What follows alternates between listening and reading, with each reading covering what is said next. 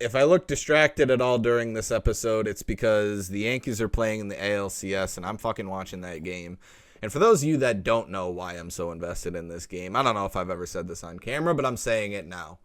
From 1996, the year I was born, all the way to 2013, I was fortunate enough to witness 5 Yankees World Series championships, 2 New York Giants Super Bowl victories, a Syracuse Orange basketball national championship, 3 Miami Heat NBA titles. That's a lot of championships. From 2013, I have watched the Miami Heat lose 3 NBA finals. I've watched the Yankees lose countless ALCS appearances to the Houston Astros, the cheating Houston Astros. The Giants have sucked for the last fucking decade. Syracuse went from being a consistent number 1 seed in the NCAA tournament to a consistent 10 seed or missing the tournament. I'm cursed. And if the Yankees manage to win the World Series this year and break this curse, I might cry.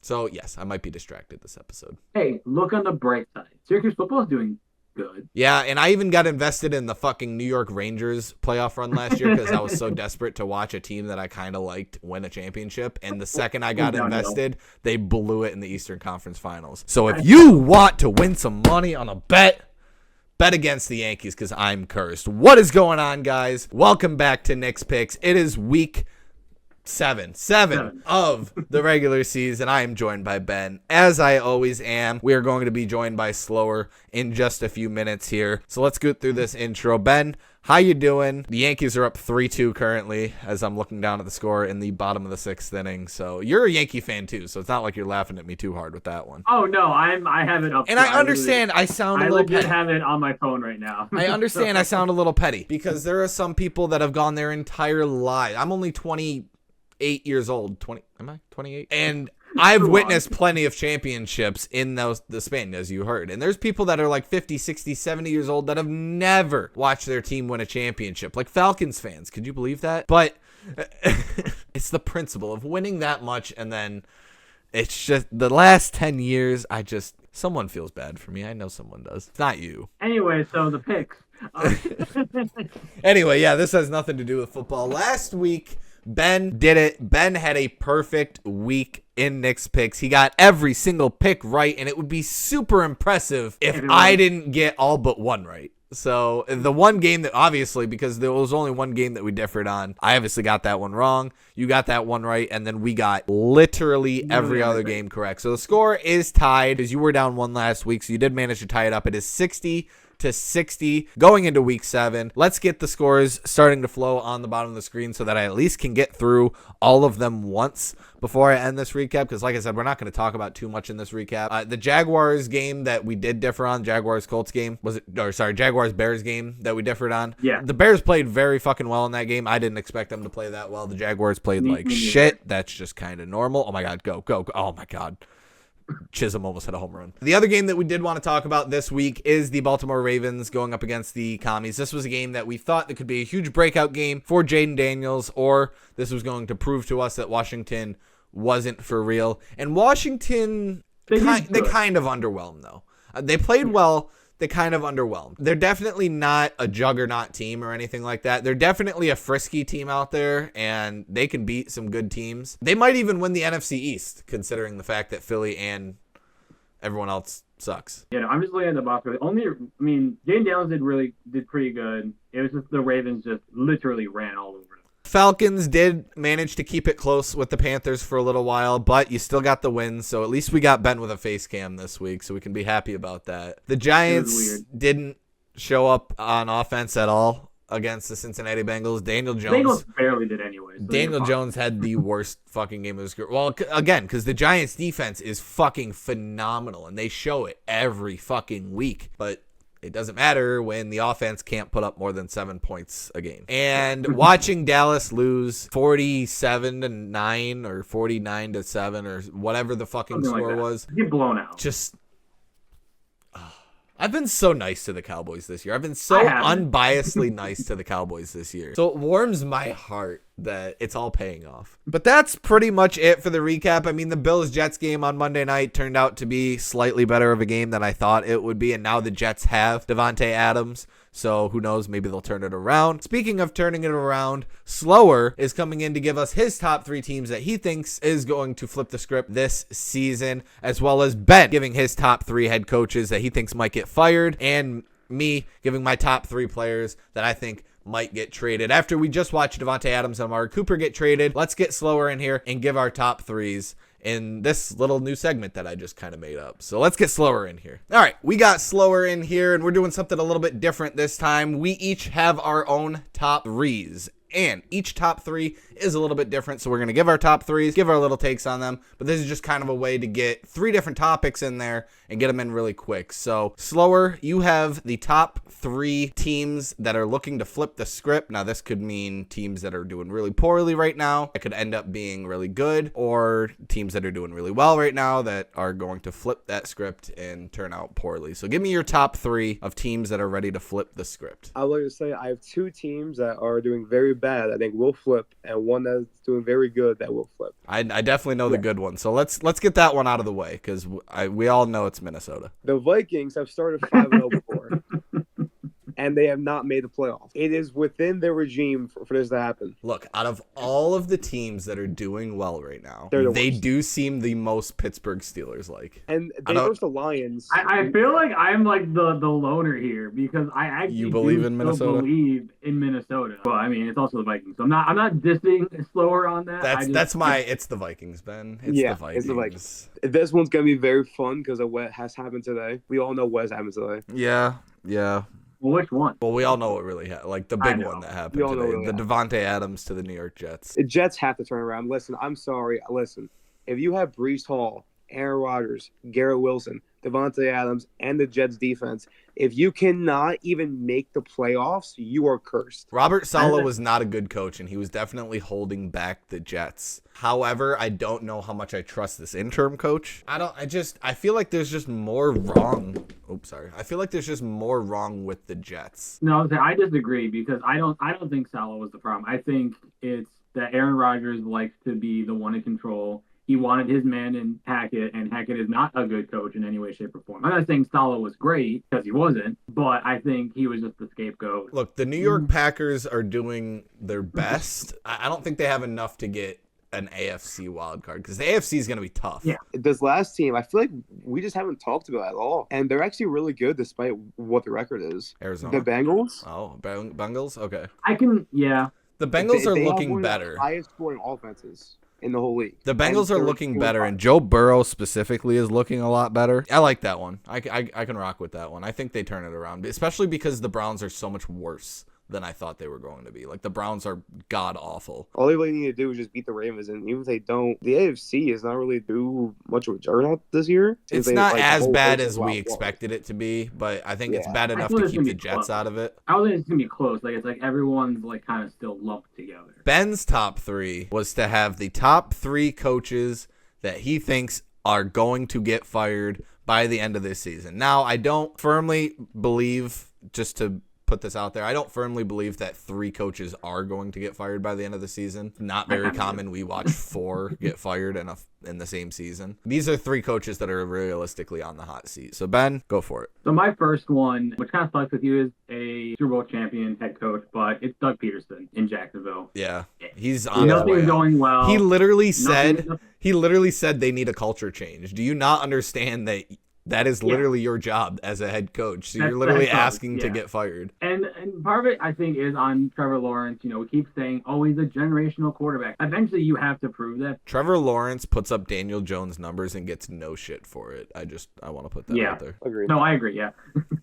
No, I definitely do think that Trevor Lawrence is a huge problem. I think Doug Peterson definitely is getting fired by the end of the season. All right. My second one, staying in the AFC, is the Cleveland Browns head coach, Kevin Stefanski. And my reasoning is not because I think he's terrible, because I think he's a good coach.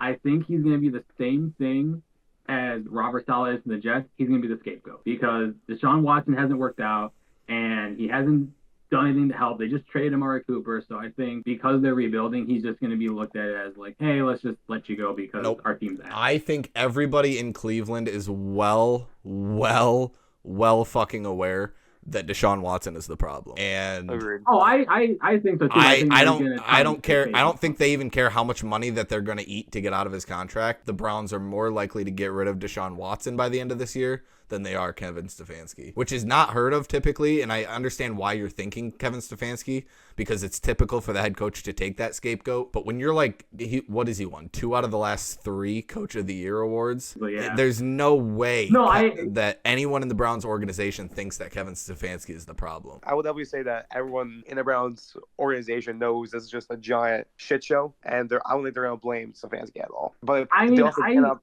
bench Deshaun because of the money. Either somebody that's willing to take on at least part of the contract, or they'll eat the cap to release him. I can't see them holding on to him. This one, I just think I just don't believe in this team. I think it's going to be on the head coach, and I think it's Sean Payton. I think it's past his time. I don't think he's a good... I mean, I didn't really think he was good when they got him originally, and I think Bo Nix is solid, but I just think they might just have I think just him as a coach is such a hothead that might cause him to, like, ruffle some feathers and get axed. I'm more or less surprised that Mike McCarthy isn't on this list right now. Yeah, I'm a little surprised. Zach Taylor's another one I was thinking of, but I mean, we did just say that the Bengals could turn it around. So the reason why McCarthy is not is because he's Jerry Jones' puppet, and he'll keep a head coach that will listen to everything he says, than a head coach that will actually do the job. That's more on my issue. I don't think Sean Payton leaves this year just because I think the Broncos do well enough for the Broncos to think, okay, let's see what the Bo Nix project is like next year. Yeah, but Mike McCarthy, I think, is a good one for the list. Zach Taylor is probably someone I would have thrown on the list. I also thought of Dable, but I think Brian Dable is probably someone I would have thrown on the list too. Anyways, my 3 was to be, because we just had 2 big trades today with Devontae Adams going to the New York Jets and Amari Cooper going to the Buffalo Bills. But mine are going to be the next 3 players that we think are going to get traded. Now, this is being recorded on a Tuesday. Video gets posted on a Thursday. So anything that happens late Tuesday night or Wednesday obviously is not going to make it in this video, and maybe I'm just right about it all already. But number 1, I got to go with a homer pick here and somebody on the Giants that I think is going to get traded, and I think it's Darius Slayton. And I think he's played well enough to build his own stock, and the Giants don't need him. Darius Slayton can be a great slot receiver on a bunch of teams that need a slot receiver. Slayton's been doing well. He's had drop issues, obviously, in the past, but I think Slayton is on his way out. They'll probably get like a 7th round pick for him. Yeah, let's say, like, what do you think he's really worth? He's not worth much at all, but I think he's done well enough this year to where he drew some interest so that we can get something for him. I would say 2 things. One, I can't disagree with that. I guess my first thing is, where would you, if he does get traded, where would you want to see him go? Or where do you think he would be? I don't think it really matters where he goes. I think he would end up on like a Kansas City or a Kansas City. like a Baltimore or something like that. Just a team that doesn't really care as much about their draft picks and cares more about winning now. My second one, I mean, we just talked about it a little bit, but I have to throw it out there. I do think that the Browns are going to try to find a trade partner for Deshaun Watson. I don't think it's very likely that they find somebody willing, but a team like Miami, who has some cap space and is in quarterback hell right now, might take a risk on somebody like Deshaun. I'm also thinking of Tennessee, another team that has a little bit of cap space, obviously has seen what Deshaun Watson can do from the other end, being in the same division as him when he was in Houston. Just some possible teams out there, because these are also teams that I've heard might take the cap hit on Daniel Jones, the Raiders, a couple teams like that. So I don't think it's very likely a team wants to, but I think it's very, very possible, if it's not already happening, that the Browns try. At least I think if they do, I think it's like you said, I don't think you're going to get a team that's going to take this entire contract because it's fully guaranteed. They're going to have to try and work that out. It's just such a messy situation down there. I feel really bad. I don't feel bad. I mean, you signed him. I don't. At one point, they had Baker, and everything was just going well.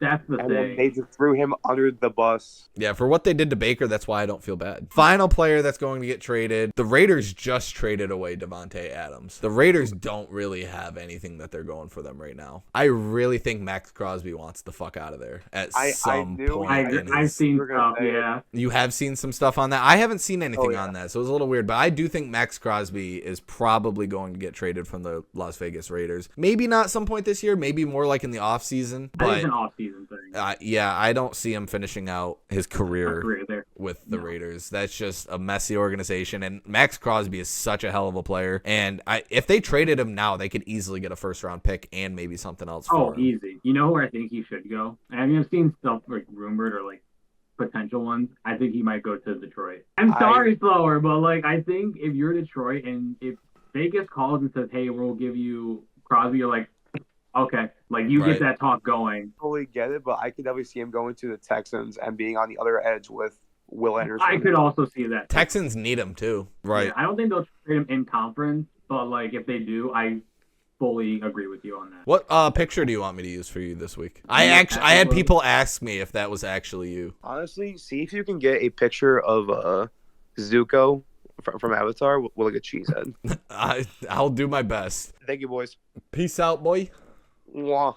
All right, so I hope you guys enjoyed that segment, something that I just kind of wanted to do. Give us like a specific topic to talk about and debate about, and I managed to get 3 different topics in there, giving each 3 of us a different assignment. So let me know if you guys like that. Put some comments down below if you want to see some other things that we want to talk about. But let's get into these Week 7 picks, and boom, they are on the screen right now for you guys to look at. Pause the video right now to take a look for your special little team and see what we said about them. And don't forget to drop your picks down in the comments below if you think our picks are atrocious. But reminder, Ben got every pick right last week and I got all but one wrong, so we know what the fuck we're talking about. So we get into this week's predictions, and we actually have 5 differs this week, 5 or 6, somewhere around there. A lot can change this week, or once again it's going to be a 1-point swing, but either way, we start with the Thursday night game. It is one of our differs. It's not really all that interesting of a game. In my opinion, it's kind of a 50-50, so not much to talk about. It's the Saints and the Broncos. You went with the home team, the Saints. I mean, they put up some points against the Buccaneers last week, but Also gave up a lot of points.